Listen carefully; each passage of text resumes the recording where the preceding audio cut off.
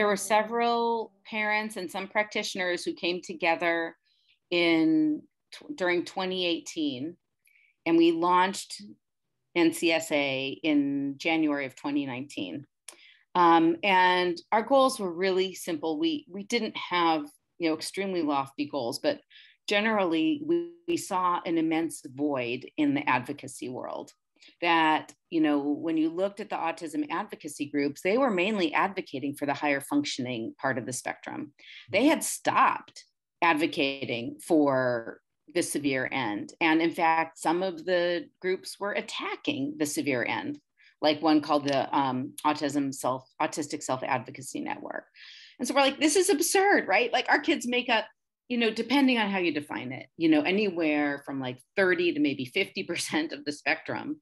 And they were being cut out of sort of advocacy discourse, and they weren't taken seriously, I think, in discussions about policy. So our primary goal was extremely simple, which is we just wanted to be a voice at the table when things were being discussed about autism. That's just a very kind of basic entry point into advocacy. The next level of advocacy is, what are we going to do, right? What policies do we need to create a safe future for this rapidly growing population of adults with severe autism? We are not having anything like a mature and responsible discussion about this question at the national level. We aren't even close to it. There's a lot of discussion about easier things like, let's talk about competitive employment for people with autism. Okay, that's a subject completely irrelevant, right, to us. Or let's talk about, living in the community. Again, a subject that's really relevant to a portion, but not the other portion. So we tend to see the spotlight on issues that benefit the least disabled and that disbenefit, is that a word? The most disabled. But what happened, at least with the DSM, was in 2013, there was a collapse of different forms of autism: Asperger's, pervasive developmental disorder, not otherwise specified, autistic disorder, childhood disintegrative disorder, Rett disorder. I mean, everything went into one classification, which is the autism spectrum disorder umbrella. And with that were 3 levels. Level 1 was needing kind of support, but minimal support.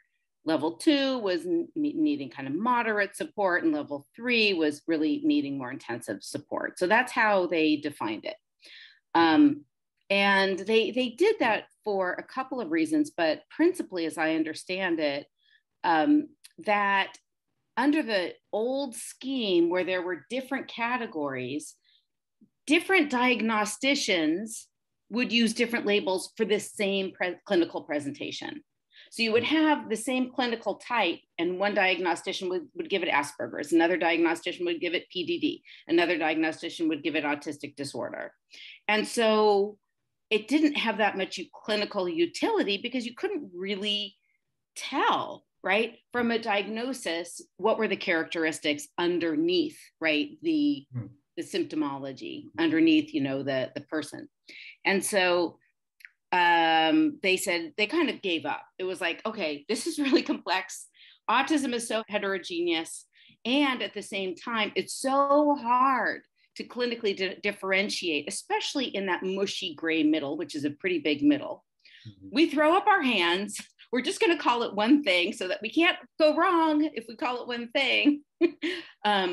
And we'll add 3 severity levels just to give it, some distinction in terms of providing guidance, not only to, doctors, the clinical team, but also to parents and teachers, et cetera. Okay. I kind of get it. Like, it is hard. Breaking up autism is hard. There is so much overlap. There is so much heterogeneity. It is really a constellation kind of disorder. It's not really a linear symptom, like from severe to high functioning. It's more complicated than that. Someone very high functioning can have very, very severe symptoms. Somebody who's very severe can be very easy to take care of, right? Like my daughter who has nonverbal severe autism, she's a piece of cake, right? Mm-hmm.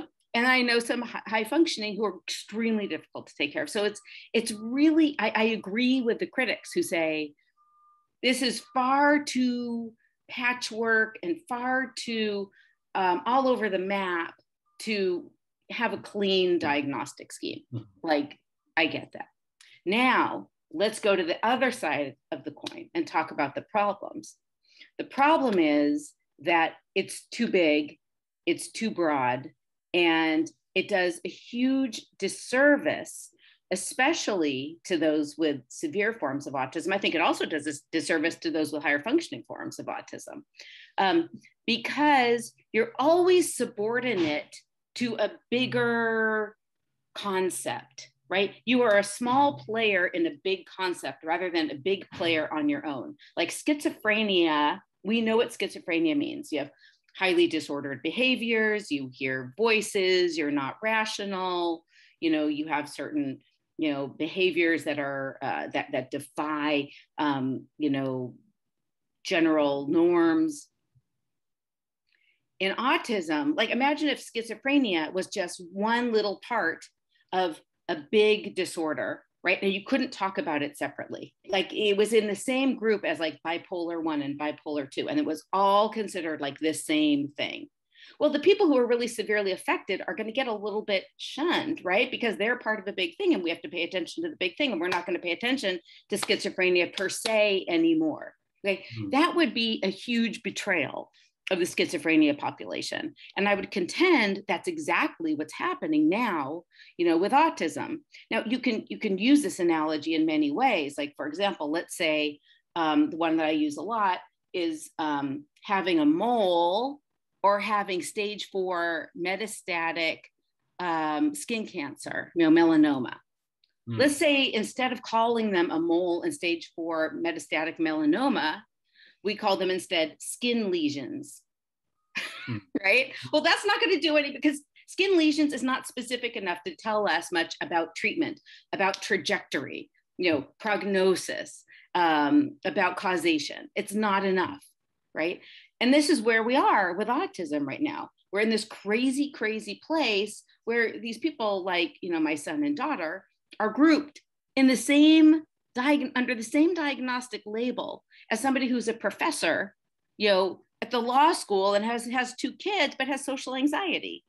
I mean, This is nuts. I have 2 kids who can't talk, can't read, can't write, don't understand an abstract concept, will function at a preschool level probably for the rest of their lives, right? Mm-hmm. And not to mention my son has all kinds of very extreme behaviors, very destructive behaviors.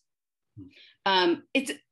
It defies any semblance of reason and logic to put someone like them in the same category. Well, I think it's a couple of things. Mm-hmm. You can look at it in terms of therapy, right? You can look at it in terms of public policy, like what do we need, for example, for adult services and housing? You can look at it in terms of education. You can look at it in terms of research, right? Any of those things, it matters on all our social services, more generally. It matters on all of those levels. Because if autism, let's just take research as an example, right? If autism is this one unified thing, right? The traits that you might look for in your research base will not be very definite, right? Are you looking for somebody who's knocking their eyes out? Or are you looking for somebody who has, social anxiety and depression? I mean, those are 2 very different things. They're extremely different things, right? Mm-hmm. And there are different implications across the board. So what are you looking for when you're studying autism? What is your homogeneous group? What is your unified group, right? And it becomes very hard. For example, let's say that we are studying prevalence. Prevalence means the number of people per 1,000 in a population that have autism, right? So no matter where we look, what country, call me any country, especially Western countries, if you look at prevalence, the graph looks like this, right? You see the prevalence going up, up, up, up, up, up, up.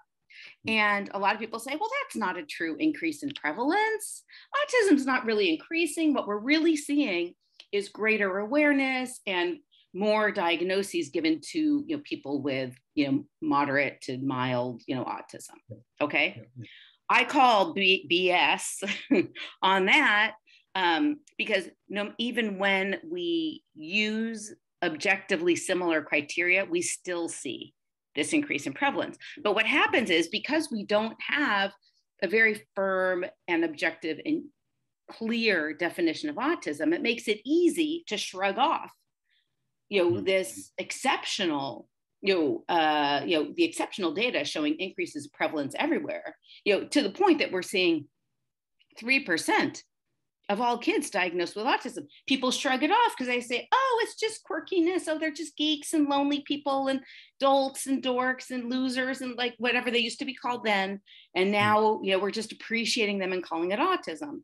It's like, no, that's impossible. But it becomes possible to make that kind of dismissive argument because we don't have this we aren't using a very solid definition. And that's probably, the biggest concern, right? Is the long-term services, long-term care services, adult housing, which are two intertwined issues. This is probably the most grave of implications, because what happens is the disability rights advocates, who really only speak for the self-advocate side of the spectrum, they say what matters to them most is inclusion, right? We want full inclusion. That is our civil right. So we want, generic housing in some apartment, with supports. Yeah. Okay, you know what? That's honestly a great thing for some people. Like, I'm a landlord here in California, and I provide low-income housing for adults with developmental disabilities, mostly autism. Mm-hmm. And I can see with my own eyes that for some portion of my tenants, this is a good thing. Mm-hmm. I can also see with my own eyes, for some portion of my tenants, it's an incredibly isolating and horrible thing. And that what they really need, and I've had to have tenants leave because they couldn't get the level of support they needed in the community, right? Mm-hmm. So the in the community thing is great for some people. But of course, when it comes to people who are screaming all night and who are throwing things and who are breaking things and who will be evicted, right? My son would be evicted within 1 hour of moving into an apartment. There's no question about that, right? Mm-hmm. He'd be ripping out the wall sockets. He'd be breaking the door. He'd be running around screaming. He'd be evicted, right? In an hour. So, we know that like a generic apartment building isn't going to work for him. And by the way, he needs a lot of live-in support that you couldn't necessarily find. He needs a lot of outdoor space. He needs a secured perimeter. All these things you can't find just off the shelf, right? You have to do these things intentionally.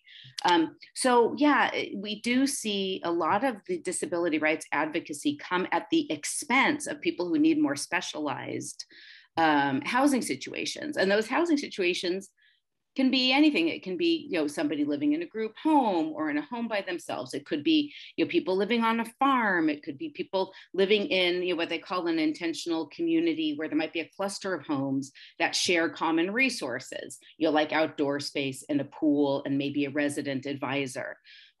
There's so many permutations of this that one, and then of course the classic kind of more institutionalized facility, which is more of a medical kind of provider model. Our argument at NCSA, it's not like we need one or the other. We need all of these. We need all of them. It's not like, oh, there's one best practice. No, there's not one best practice. What's best practice for one person isn't best practice for another person. And it really should be person-centered. So our argument is that people with disabilities are just like everybody else, and they're entitled to the full spectrum and options and services. And the driving factor shouldn't be someone's ideology. The driving force here should be, number one, what's person-centered, what makes sense for that individual. Number two, cost. right? Which is the big issue. Nobody wants to talk about the cost. So of course we have to be very cost effective.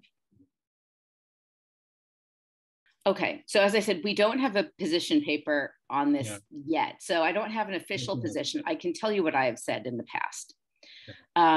That there should be a diagnostic scheme for children, say children under 8 years old. I mean, you can, plus or minus a couple of years. Mm-hmm. And there should be a different diagnostic scheme for older children, adolescents, and adults. That should go without saying. That should be an easy peasy thing, because what happens is, and this is what was very much part of the collapsing into a single spectrum, is there was a great desire on the part of the committee, the DSM committee, to ensure that everybody who got an autism diagnosis when they were young were entitled to early intervention services. Mm-hmm. Now, I might not be the biggest fan of early intervention services. I'm sorry to say it, but that's true. But I get it. Like, I understand that motivation. They're trying to do the best for this very, mysterious patient population. Now, I think that's fine. If you want to have a single ASD for little kids to ensure that they get the early services that they need, hey, listen, I'm not going to say no to that. But what happens is those original labels stay around even as the trajectories diverge dramatically, right? So you start with this label, and then you have like someone like my son who goes like, he doesn't, his development is minimal. And then you have other people whose development is very sharp, right? And at that point, there's no utility in maintaining a unitary scheme. At that point, it becomes much more important to have realistic labels that reflect the clinical realities of those, adolescents, young adults, et cetera. And those clinical realities are very different, require very different kinds of interventions. And so how hard would that be? Well, it would require a secondary, diagnostic evaluation. Okay, whatever, not the biggest thing in the world. It would take a couple 100 hours, and it would take, some money, to do that. But then what you could have are separate disorders. Mm-hmm. So, really to summarize, you would have maybe one disorder when they're young, and then maybe 3 different disorders when they're older. And you can go back. You actually can go back to the original scheme: autistic disorder for those who have really a developmental disability type of disorder, which our kids have, right? Mm. And then you can retain Asperger's disorder, or you can call it something else, for those who are, independently functioning, but retain these personality type issues. And then in the middle, maybe you would call that, autism spectrum or something, or maybe those would also be autistic disorder, because maybe the dividing line is between who's independent and who's not independent. Maybe the dividing line is between who has intellectual disability and who doesn't have intellectual disability. I mean, within, at least in America, within, for example, our social services systems, they're really more interested in functioning than they are in IQ. So there could also be a functional cutoff. There are various instruments that are very robust and very good that can show you where somebody's general functional level is. And so maybe that's how you, distinguish it. Maybe it's something more along behaviors, but whatever it is, as we don't have it figured out. I'm not saying it's easy. There's not an easy answer. But I think that if you think about it as 2 different life stages, and it would become so much easier. It relieves you of the pressure of having to do a precise diagnosis when they're 18 months old or 2 years old, right? Mm-hmm. When every clinician is reluctant to give a precise diagnosis, as they should be. But by the time they're 8, I've talked to lots of clinicians about this, and they all say by the time they're 8 or 9 or 10 or 11 or 12, their trajectory is pretty clear. It's not clear when they're 2. It's clear when they're older. So why don't we wait? Like, we don't diagnose people with schizophrenia when they're 3 if we think there might be a likelihood, that they'll develop schizophrenia when they're 20, right? It's common in psychiatry to kind of do a wait and see.